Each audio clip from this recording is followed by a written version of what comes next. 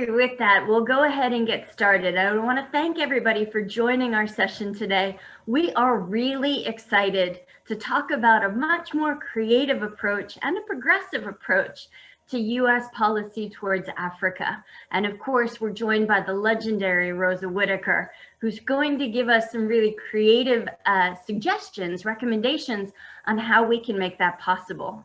My name's Lisa Schroeder. I'm the Global Director of Trade and Investment Policy with Dow, but I'm also honored to be a past president of Women in International Trade. WIT DC, our host for this program, is a professional and personal networking association. We are the DC chapter of a global parent organization called the Organization of Women in International Trade. For those of you who haven't heard, OWIT is, as a global organization, one that operates around the world, and I'm very proud to say has 3 chapters in Africa, in Nairobi, Nigeria, and Zimbabwe. So a great way for everybody to get involved, women as well as our male counterparts, in international trade. WIT DC is one of the most active chapters under OWIT.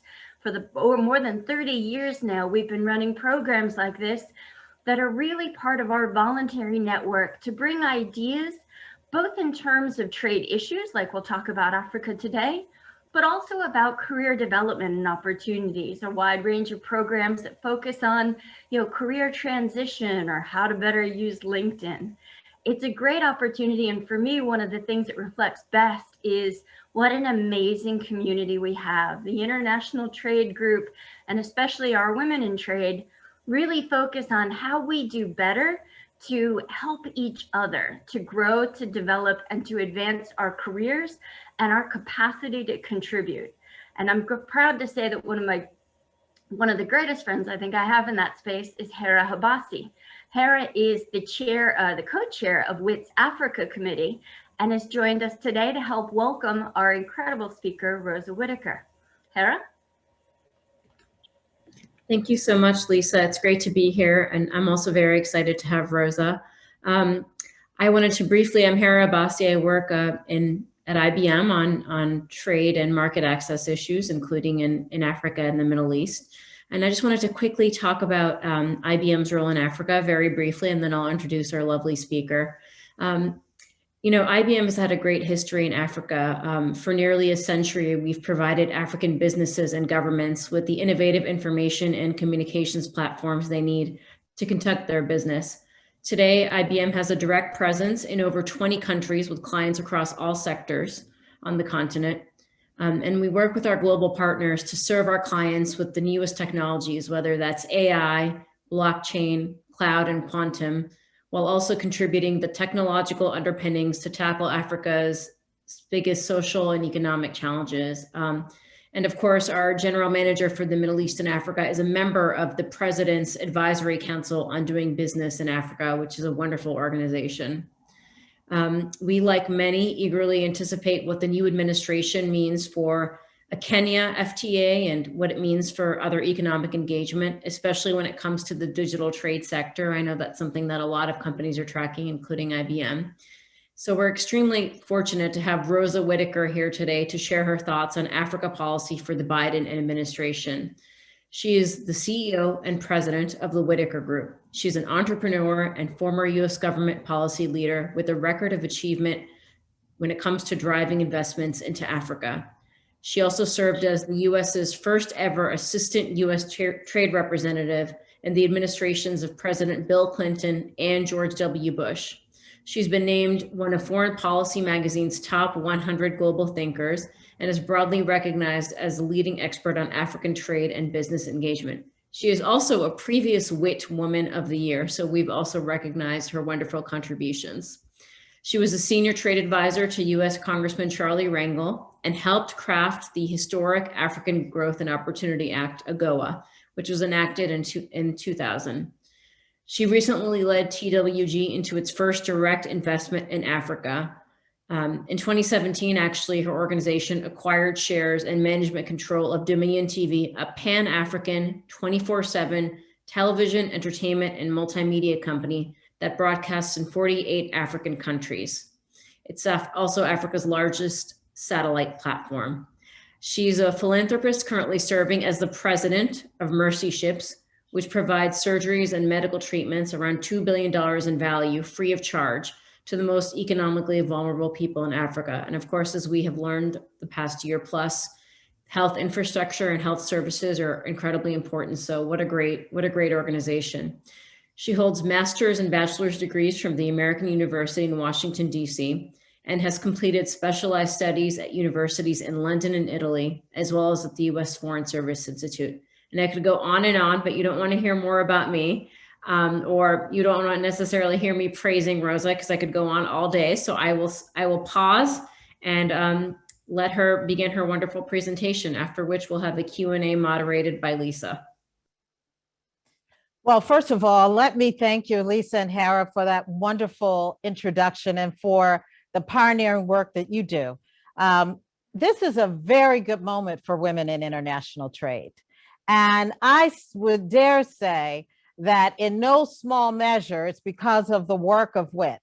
I mean, as you approach your 35th anniversary next year, we are looking at Dr. Ngozi Okonjo-Iweala, the first ever woman, the first ever Nigerian African, also of American nationality, to lead the WTO. And then we also have, of course, our first Asian American woman, Katherine Tai, to lead USTR. I should say Katherine really gets Africa. That's a good thing. We have Pamela Coker Hamilton, who's leading the ITC, the International Trade Center in Geneva, a Jamaican woman, and our very own from Washington, Angela Ellett, who was recently appointed as the Deputy Director General of the WTO. People matter. This is a good time for women in international trade, and I want to applaud WIT for all the work you do. And I want to also say there are a lot of African women who've joined this call today, and I hope your example will really inspire them. And just one note on the introduction, some weeks ago, I actually resigned as the president of Mercy Ships and service on a board after serving for 30 years, but I'm still very supportive of the organization. And that was to make room for a lot of new talent. So thank you very much for the opportunity to be here today. Let me just say that now is the time for change. We have a unique opportunity to reimagine what is possible in terms of US trade and investment policy towards Africa. And if I had to sum up where it is now, I would say that we are faltering and we are in fact failing. And I say that for a very good reason. I think the facts would bear that out in terms of where US trade and investment policy is right now. But the good news is that the Biden administration has an opportunity to take a new approach. President Biden himself, I know, is very committed to Africa. When he was a senator, he was a champion for AGOA, and he is brilliant. And when it makes sense, he will fight for it. We have a US trade representative who also has worked. I've worked with Katherine Tai in Africa. Ambassador Tai will be very good in crafting a new bold policy to reimagine something different and more effective. She's even already said it. I mean, what she said is that she recognizes, as we see it, that our policies are old, that they were devised when our world looked and operated differently, I quote unquote, and that we need to reposition. And I hope that we can also reposition on Africa trade policy.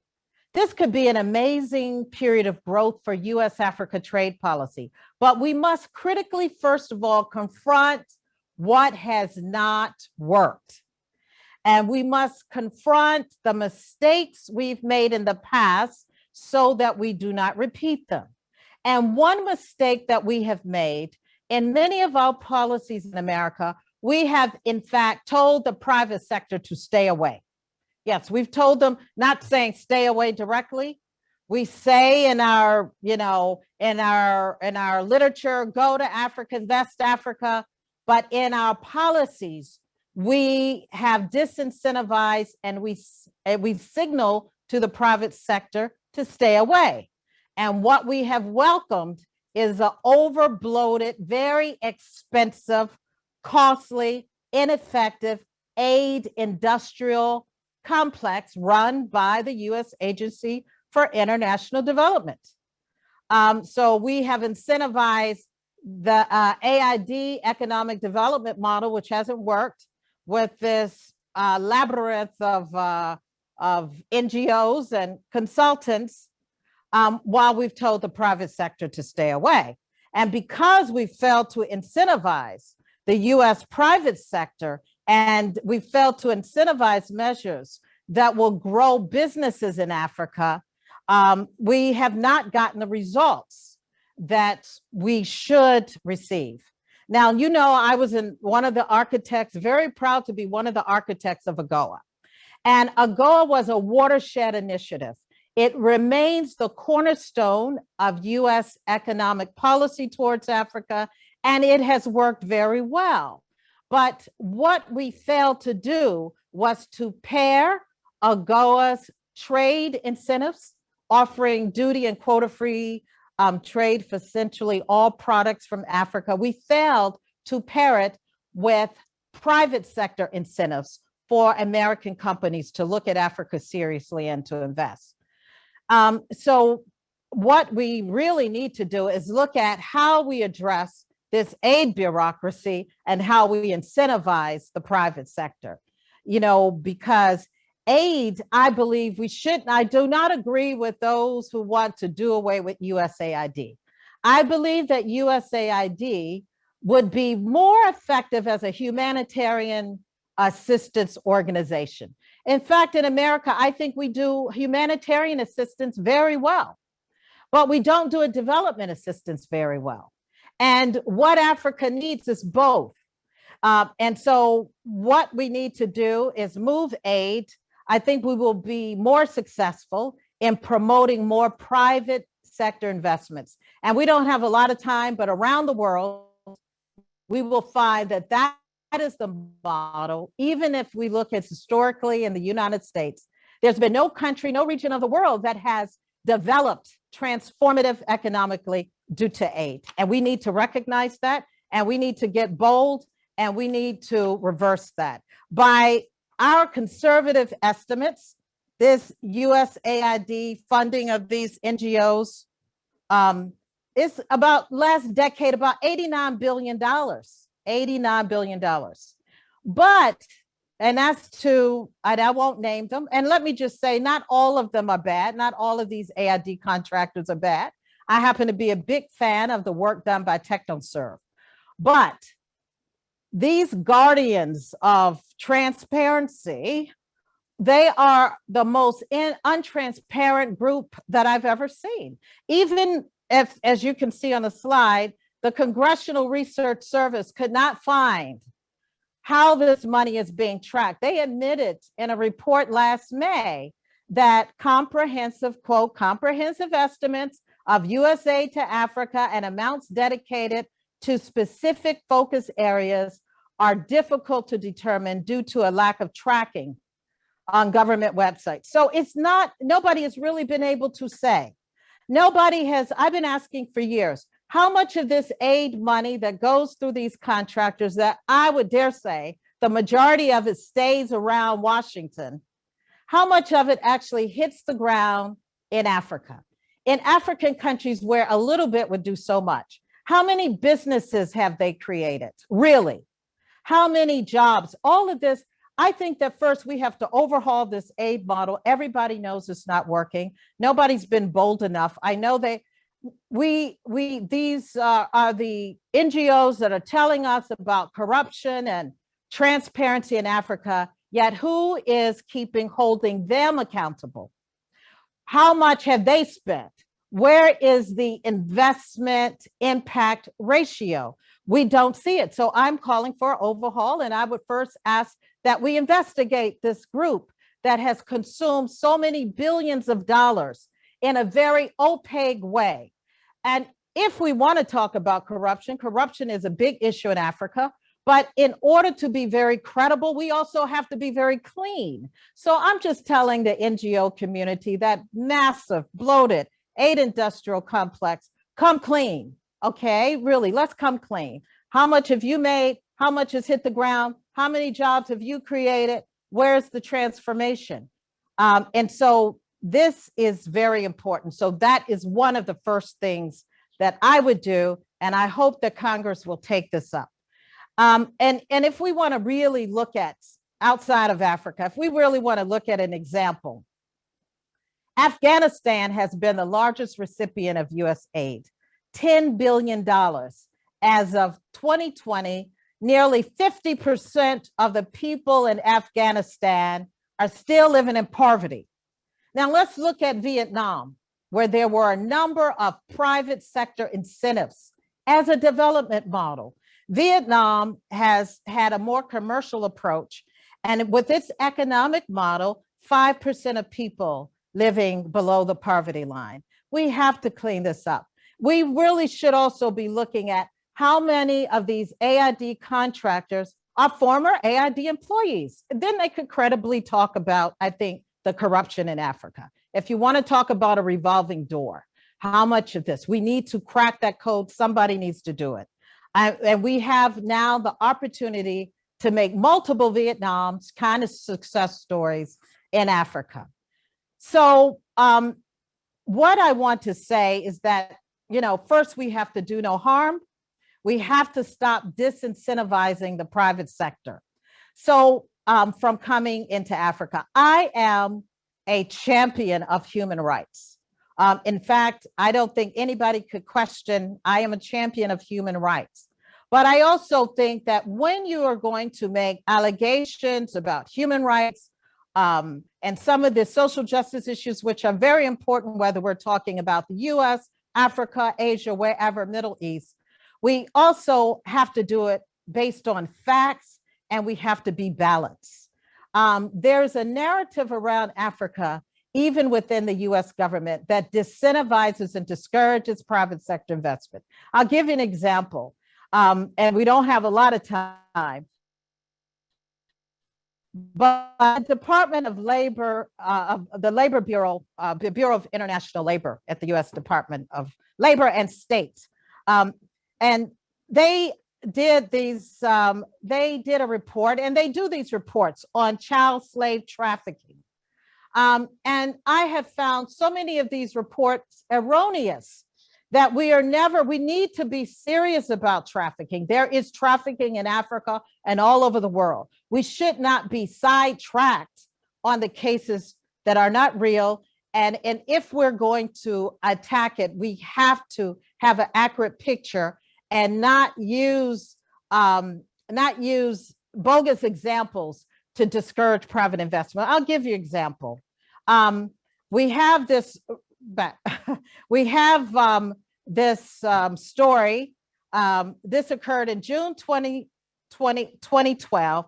The State Department identified a child slave trafficking victim who they said was forced to pick cotton in Burkina Faso.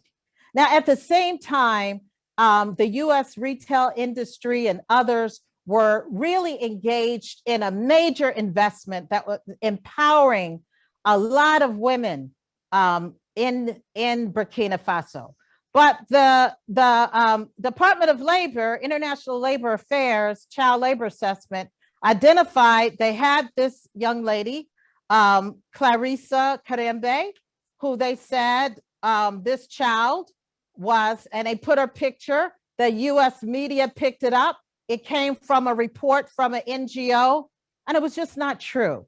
As you can see, with her passport cover at the time in 2012, this so-called child was a 23-year-old woman, a Burkinabe, Clarisse Karembe, and she didn't even work in cotton. And I don't have time to talk about all the stories I find like this, but I can tell you this blocked a lot of productive investments and really relegated a lot of people that could have been productively employed into poverty. Because there's this mentality that if an NGO says it, then it must be right.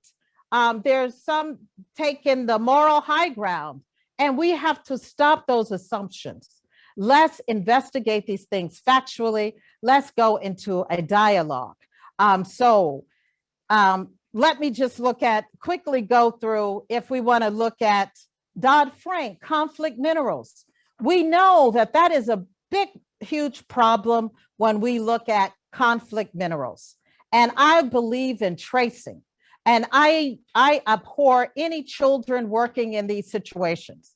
But what did we do? We redlined an entire region in Africa, and we told the private sector that they would be punished basically for sourcing minerals that could be a source of wealth in all of these areas. But we also did not know where the mines were. We did not provide them help. So what did they do? They just fled the region. They fled the region. And now what happens? If you want these minerals, you have to buy them from China, essentially. And that's what's happening. So that's not helpful. And then, of course, we have these tariff rate quotas on sugar. We have tariff rate quotas on cotton. That's also preventing a lot of trade with Africa, because cotton and sugar are things that Africans can produce competitively. Now, when we look at what China has the opposite approach. We should be very concerned about the economic and political and diplomatic hegemony of China in Africa. And I am not one that bashes China. I believe in constructive competition and even trilateral cooperation. But when we look at China, it replaced the US as Africa's largest trading partner. Since the 2000s, Africa's trade with China has multiplied 20 times, reaching $200 billion, over 3 times that as the US. China's FDI has multiplied by 100, reaching nearly $50 billion. In infrastructure, we're behind, and we don't have to be. So China will be controlling the strategic resources in Africa. So whether it's cobalt and the need for electronic devices, nuclear fuel, China will have a lot of control over these resources. And China could possibly control, and definitely will have a lot of influence over Africa's votes in international fora, where Africans represent the disproportionate and the swing votes. China can influence those because they're there in a constructive way. And so what I'm saying is that we need to bring commercial diplomacy, commercial incentives to the forefront of our engagement and policy with Africa. And so that I'm pleased now just to move into what I consider a bold new approach. And it has 4 pillars. 1, we need to build on AGOA's trade with Africa and with reciprocity. I am not big on reciprocity, but reciprocal trade, AGOA was unilateral benefits. The Congress members, the administration, everybody is for reciprocity. I'm for smart reciprocity. We need to leverage the US bond market to provide financing for African infrastructure. Yes, we can provide billions of dollars in financing to Africa's infrastructure without having an adverse impact on the US budget. We need to open up the tax code to incentivize US investment. We know the tax code works. And we need to just totally disrupt the USAID development model and build smart aid. And when I say totally disrupt, not fixing, not repairing, not Prosper Africa plush, disrupt it. We have capacity in a government, maybe move some of those resources to the Development Finance Corporation. We have excellent capacity in the Millennium Challenge Corporation. We have excellent capacity in Treasury. We really need to do something bold. So in terms of, let me just speak a few minutes about these pillars. In terms of trade with Africa, everybody's saying we need reciprocity. The African countries signed these economic partnership agreements with Europe. So we now think we should not be given AGOA without getting tariff concessions from African countries. AGOA was a watershed moment. It did a lot of good, but it is kind of running out of gas now. We need to build on what's working. So when we look at AGOA apparel sector alone has created more than 1.3 million jobs in Africa. And at the same time, America has benefited from this era of AGOA. AGOA has helped to generate or trade with Africa $100,000 in the US. So that said, that now, why would we want to yank AGOA? We already know what will happen if we just yank AGOA, say we're not going to do it. You have to give us tariffs. You have to go into, we don't have even the capacity in USTR to negotiate free trade agreements with more than, with 40, 55 African, 48, 49 sub-Saharan African countries. So when we look at AGOA, we should build on what's working. And when we look at AGOA at its peak, it was over $100 billion in trade. Okay, that includes oil. Taking out oil, we had $5 billion in trade annually at the peak with AGOA, non-oil, non-mineral trade. So AGOA did a lot with economic and trade export diversification. We're now down to $3.4 billion in that kind of trade. We need to build that. We need to look at Cambodia, for example. They were shipping in apparel about a half a billion dollars just in 2000. Last year, that doubled to $2.5 billion, $13 billion from apparel in Vietnam. So we need to really make sure that we don't start giving Cambodia, Vietnam, and those super competitive apparel producers the same benefits that we're giving AGOA. So in terms of reciprocity, let me just briefly say, instead of yanking African countries out of AGOA, we need to graduate sectors and not countries. So what do I mean by sectors? If you take a country like Kenya and they reach $1 billion in apparel, we say, Kenya, for apparel, if you still want duty-free treatment in the US, you will have to go into an FTA light with the US, and we want access to your agricultural market. So we will not do what we did to Madagascar. In Madagascar, it's one of the saddest cases, and it's one of the biggest mistakes in AGOA that I have seen. In Madagascar, I never forget Mark Newman, Marty Trust, we had the private sector, we celebrated this effort where they went to Madagascar, did a joint venture called Cotton Line, helped to create jobs for largely more than 50 million women, I believe, 50,000 women, I'm sorry, 50,000 women. But in terms of the trade, it was up to $325 million for a small country like Madagascar. And that was AGOA. It's a gigantic success story. What happens? There was a coup. What did the US do? They yanked Madagascar out of AGOA. They just took them out. They said, they put so many women, African women, out of work, double victimization. The coup had nothing to do with them, but and we still haven't recovered. Madagascar today is, the apparel exports have moved from about $325 million to $25 million. And it didn't have to happen. It was unenlightened, this kind of policy mentality that is not commercially oriented. So then the second pillar that I want to talk about is long-term capital financing. And that is, we can leverage our bond market. Our bond market is the US's most natural area of financial strength. And so what I'm suggesting, and it would not cost the taxpayers anything. We have a $46 trillion bond market. We could apply guarantees. We have a perfectly qualified issuer in Africa, Afra-Exim. This is a multilateral trade finance institution with 50 members, very competitive, very solid. We could partner with Afra-Exim. Afra-Exim could be the issuers of this bond, and we could do infrastructure financing, critical infrastructure, even regional infrastructure. This could be one of the greatest contributions we could make to the African Continental Free Trade Agreement.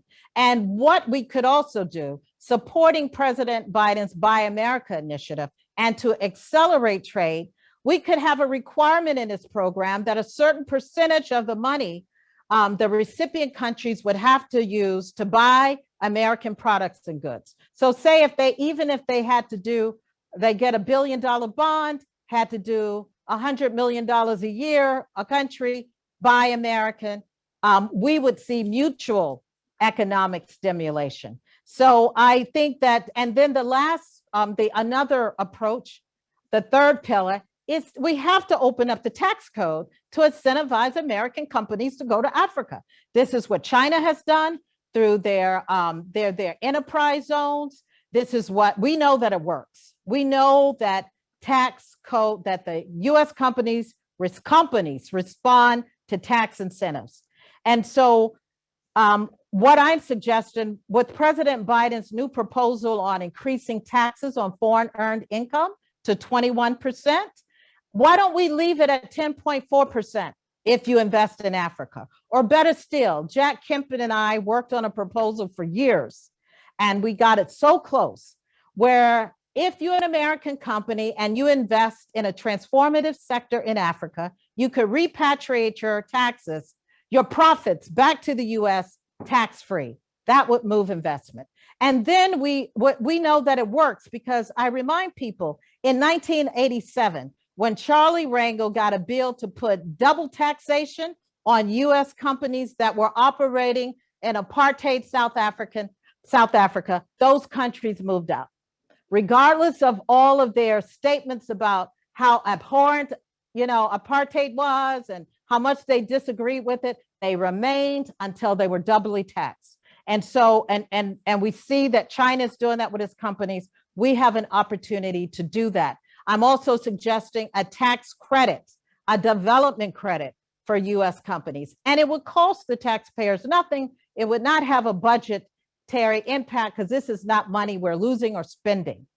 And finally, the fourth pillar that I've already touched on, I won't belabor the point. We really need to disrupt this USAID model. I think we need to carefully scrutinize, investigate, not to say that they're doing anything bad, and they're not all the same, but everybody should be held to a model and standard of transparency. Our aid needs to be transparent. We need to have a comprehensive investigation. We need to be able to say, what is the return on investment for these aid dollars? We need to also help our ambassadors to become better at commercial diplomacy. When I am in Africa, I'm coming to you from Ghana. I travel around the continent, and I can tell you, usually companies, ambassadors, this is not top of the mind for them, and they need to be. It needs to be. And we need to empower U.S. and economic service officers to support U.S. ambassadors to better support U.S. companies. So thank you very much. And when I think about USAID, let's remember the African Continental Free Trade Agreement. That is one of the biggest economic initiatives, $3.4 trillion GDP, and with a market of 1 billion people. There's a big role we could play, in the climate change devastation that's happening in Africa. So thank you. Let's act and let's seize this moment. Rosa, that was inspirational, and clearly the passion you bring to these topics, I think, has gotten everybody very engaged. I know there is a tremendous amount of interest and, quite frankly, a lot of support for your comments about USAID in the Q&A section. I'll remind everybody, please feel free to put your questions in there, and we'll make them part of what is now going to be a very interactive discussion session. But maybe to kick off, Rosa, where you were just leaving off, as we think about commercial diplomacy, as you've mentioned, American companies have been kind of waved off Africa, and whether that's been challenges of USAID or just differing voices coming from various agencies. You also have the challenge of, for a lot of companies, they're looking at very much like quarter to quarter profits. You have to make a long-term commitment as we're thinking about Africa. So how do you see a way to really make this work together, both creating a more consistent positive whole of government agenda coming out of the US, but then also really working with US companies to see the long-term value and engagement of being on the ground and part of these very vibrant African markets? Well, let me just say that Africa, I'm a realist. The market certainly has its challenges, but so does India and a lot of other places where American companies are very aggressive. I think part of the problem is the balkanization of Africa, so many countries, but that integration is really going to make, I think, the continent more attractive. What we have to do is that the whole of government approach is an excellent approach. And I never forget, I will always celebrate President Clinton for standing up and declaring the end of paternalism, and he introduced that policy of partnership. He created the Office of the for Africa at the USTR, because we had an office at USTR covering every region of the world but Africa. The thinking was, well, AID covers Africa. So I think the whole of government approach, we need every arm of government comprehensively integrating Africa into their programs. Absolutely right. Terrific. And in particular, there's a number of areas I think that have been raised by various members in the Q&A, sort of sectors and areas that could advance as early wins. And that could be obviously renewable energy. You've mentioned a lot of the climate and environmental space, infrastructure. Clearly also one of the challenges but greatest opportunities is incentivizing small business, who are such drivers of so many of these commercial partnerships. Are there particular areas that you see would be the most near-term opportunities in terms of really aligning and engaging U.S. business as part of Africa's growth? Well, I think technology and innovation is one of the greatest opportunities in Africa. We have a significant digital divide that we have to close globally. American companies are leading in technology and innovation. And African countries, they have a natural strength towards this. When we look at 650 mobile money users in Africa and look at what the fintech sector is going, that's greater than Europe's and Africa's. Sub-Saharan Africa is leading the world in mobile money. And when we look at mobile money payments, more than 64% of them in Sub-Saharan Africa. This has built an ecosystem of financial technology innovation. We're seeing now the American companies injecting capital. I believe that when we connect to the closing this digital divide through American investments, you're going to see a positive impact on food security. You're going to see a positive impact on health, education. There's so much that digital, space and digital investments can make. And I just want to tell Hira, I've seen IBM's work on the continent. It is a very effective approach. So I am big on digital. I'm huge on agriculture. We have 2 billion more people to feed in the world by 2040. And Africa with 60% of the arable land, we can make that. Africa can feed itself and the world.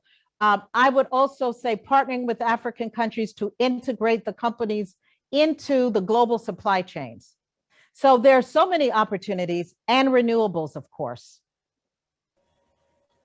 Great points. And I would highlight too, I love that you mentioned and really reinforced digital, because it's not only the tech space where that makes a difference, it obviously has a huge impact on advanced manufacturing. Even companies like mine use a lot of digital technology nowadays so that we can help our customers design the next generation of food packaging. So as you said, more ag products get to the market. In that vein, I'm curious your thoughts on digital trade agreements. There's been a lot of focus, and as you said, referencing the African Continental Free Trade Agreement, commitments in the digital space would go a long way to demonstrating how much African governments are coming to the table to set strong rules and really incentivize this type of investment to take place. Do you see opportunities to have sort of sector specific like that, digital trade agreements or advance with either particular countries or the African Union as a whole? Oh, for sure. Because already within the African Continental Free Trade Agreement, there's been a consensus that they will have a protocol on e-commerce and digital.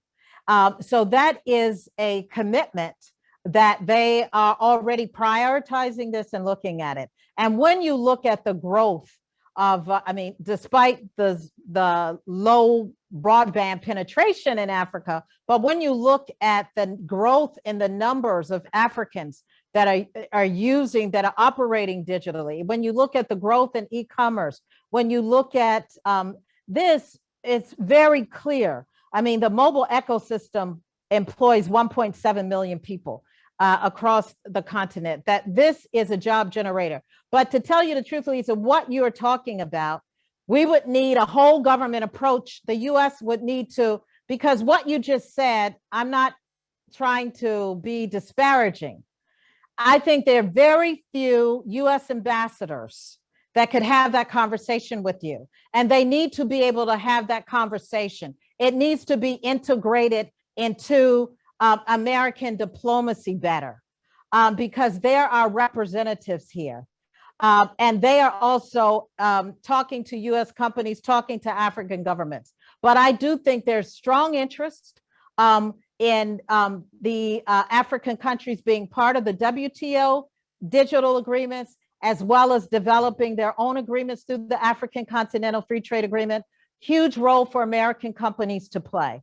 I think this is uncharted territory, and some countries have misstepped in terms of how do we regulate it, but there's a lot of good thinking around that. And I really do believe that that is definitely an area that on which we should focus. Fully agree. And it's a great point too, because it really speaks to where we can make a tangible difference. And I'm glad you referenced some of the great work that IBM is doing. And I see the same thing in the manufacturing space with Dow, really looking at that as a way to build skills and engage with the emerging workforce.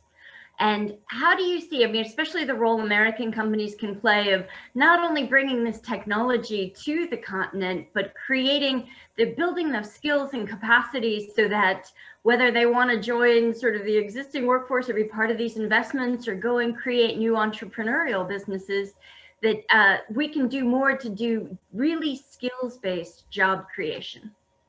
You know, in a few years, there'll be 183 million more Africans coming into the workforce. 11 million Africans every year. I mean, it's staggering. You know, Africa is the youngest continent in an aging world. 1 in every 4 workers, I think that by 2050, McKinsey said, will be African.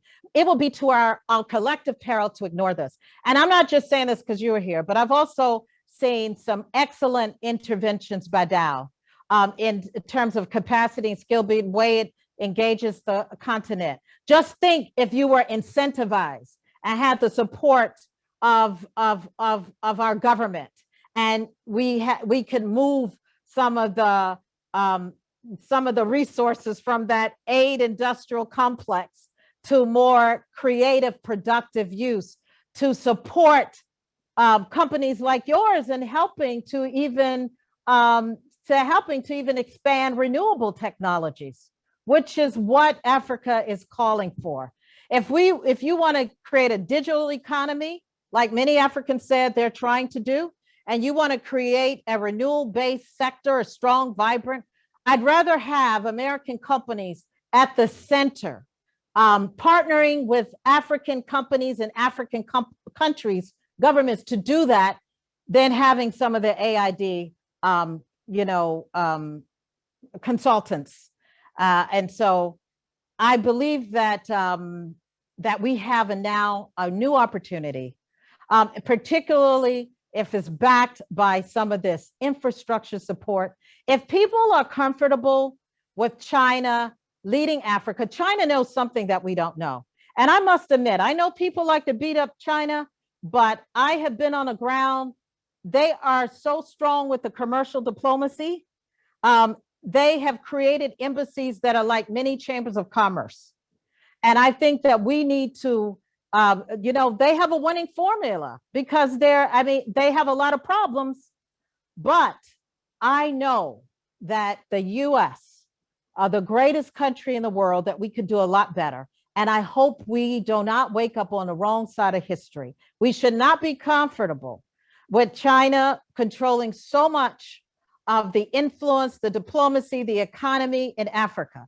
Even if we did one thing, we have these withholding orders in the apparel sector, withholding release orders, where we have already said that we would not, the US, we would not allow inputs from certain areas to enter into our supply chain. Now, we know that in China, most of the world's cotton is being produced in a Uyghurs area. I would dare say that 25% a minimum is already in our apparel supply chain. Through Vietnam, through Cambodia, it's there. Even if we were to address that one issue, we would stimulate cotton production in Africa, where they are producing non-GMO cotton. We would stimulate that production. We would stimulate value added to Africa's cotton. And if we eliminated the tariff rate quotas that effectively keep them out of the market. That's a great model too. As we think about it, you mentioned kind of the renewable industry and what we could do there in terms of both, from an energy, but also an infrastructure and an opportunity standpoint. What would be your recommendations? Recognizing that there's a balance of, a lot of development to date is fossil fuel based in places like South Africa, and that transition is going to take time. How do we incentivize and encourage economic growth based on more sustainable technologies, renewable energy, energy efficient infrastructure, waste management that can help turn things like plastic waste into feedstock and innovation? How do you see opportunities to collaborate really on the types of investments that are about building African markets? Well, the first thing we have to do is so basically, we got to start listening. There's so much human capacity, and other kind of capacity. We have to, before we do anything, we have to resurrect the strong partnership that we once had with Africa. And so to do that, we have to take some of the poison out.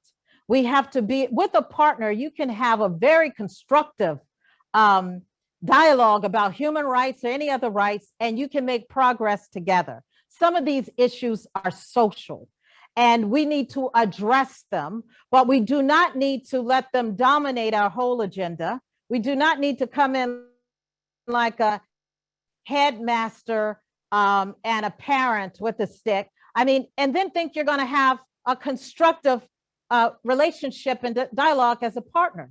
So I think we better do a lot. We have to do a lot of work. And we have to, like I said, we have to incentivize our private sector. We have to disrupt our old dysfunctional aid model. We have to deal with these so-called IQCs, bring some other people. I really think I would relegate AID to humanitarian assistance. But I do believe that the kind of dialogue that you're talking about, African governments, business people will be very open. And you'd be surprised at the kind of capacity that's just lacking opportunity, that's just lacking a market here in the continent, across the continent. But we need to get we need to get the tenor of our relationship correct. We really need to, the whole tone and tenor of our relationship needs to change. And then I think with that foundation, the sky is the limit. Changing the narrative is a great point. And we've seen reference in the Q&A, they've mentioned like the upcoming 10-year anniversary celebration of YALI, the opportunity for President Biden to visit Africa, or maybe even restore the Heads of State Summit that had happened previously under the Obama administration. You mentioned the Continental African Free Trade Agreement. I would suggest that's a much more public, open discussion that engages companies on how that agreement can be implemented and come to fruition, focused on really tangible commercial barriers, would go a long way towards changing the narrative, demonstrating the positive. What would be your suggestion? How do you see us actually making that change in narrative happen? Well, I think of course it would be an honor for President Biden to invite African presidents we put that in AGOA, as you recall, we called for this summit and engagement. That symbolism is very important. But if we don't get the tone right, I'd rather for it not to happen. Because if we don't have a robust policy agenda, if it's just the same kind of rhetorical kind of, if we don't get our tone right and we don't have a substantive trade and investment policy agenda, I personally would rather everybody stay at home and work on that, then come together. I mean, you know, we need a strong policy in substance and also in symbolism. The substance is the most important thing. And so we've had this kind of narrative, and I saw it in the past 2 administrations, where African countries should just be happy because we're going to invite you to have an audience. I mean, that is so antiquated. In fact, it's insulting. And most of I'm not treating Africa as a monolith, but I do engage a lot. Most of them are insulted, but they're too kind to say it. You think I should be happy because you invite me to your house? I mean, or you want to come to my house? I'm just saying, let's work on the substance. Let's change the tone. We do have some big problems in Africa. Corruption is a huge problem. I am heartbroken by the corruption in Africa. Human rights in some countries is a big problem. If we had the approach of partnership and the constructive kind of engagement and, you know, not all the sensationalism, not believing every report from every NGO, not overkill, we could have the kind of conversations that are transformative. We can move the needle on some of these human rights and other issues much more effectively. But sometimes I don't believe in our policy. We're trying to move the needle in Africa so much as we're trying to score points with a domestic constituency in the US. And that is a problem, a domestic constituency in the US. So if we really want to move the needle on corruption, on human rights, on, you know, vulnerable populations, let's sit down in the spirit of cooperation, like we do with other allies across the world, and work it out. And it is possible. So I'm really excited about what comes next. I want to challenge the administration to be bold. And if they're not bold, I challenge the members of Congress to be bold, because AGOA did not start with the administration. It started with a few committed members of Congress, notably my former boss, Charlie Rangel, and others. Yeah, that is such a great point about the congressional agenda and how they can be a real partner there. I want to go back, reference what you were just saying too, talking about being a better partner with Africa. Yeah, that works both. And part of changing the narrative is not only doing that in the bilateral context, but how we can do more to work with Africa in terms of the global context. We were talking before about the need for change and really much more engagement at the WTO, for example. And Nigeria is a terrific example. They've been leading the investment facilitation talks. Do you see areas of opportunity where, as the Biden team is committed to working with allies, we can create some partnerships with key African allies to really advance the global issues on the agenda too, such as WTO reform? You know, this is a situation where you have the what and you have the who.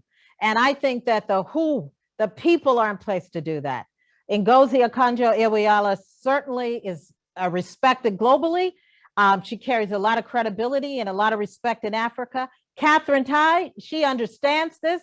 She has already demonstrated previously her support for Africa. She listens, and she also understands what we need to make trade work for Americans. So I think we have the ingredients in place.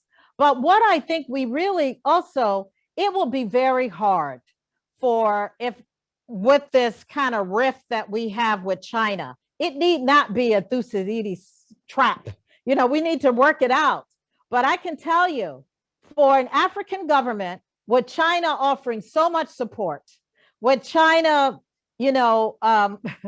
with China being so present, and I'm a negotiator, and I'm coming in to request that an African government join me in taking even a principled stand against China.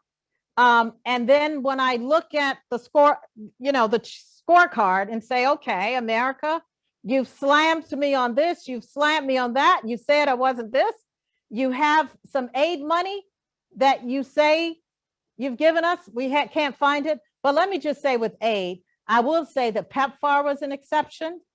PEPFAR kind of aid, that's what I put in a category of humanitarian assistance, but this development aid. So look at how many jobs have been created by China and how many jobs have been created by the US in Africa. And all I'm saying, that would make it very challenging for us to have African countries maintain their very principled positions on some of these issues, on these global issues. They're a critical force in the global fora. And so we need to really kind of counter that outsized influence of China. And we need to do it substantively, and we need to do it symbolically.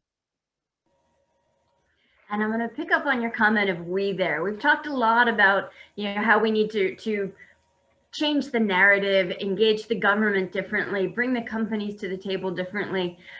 In our last 2 minutes, as you think about the audience we have today and the involved trade community, both in Africa and the United States, what would be your recommendation? How can we get involved and really drive this much more progressive agenda, bring the Biden team as well as bring our African partners to the table on a much more constructive path forward?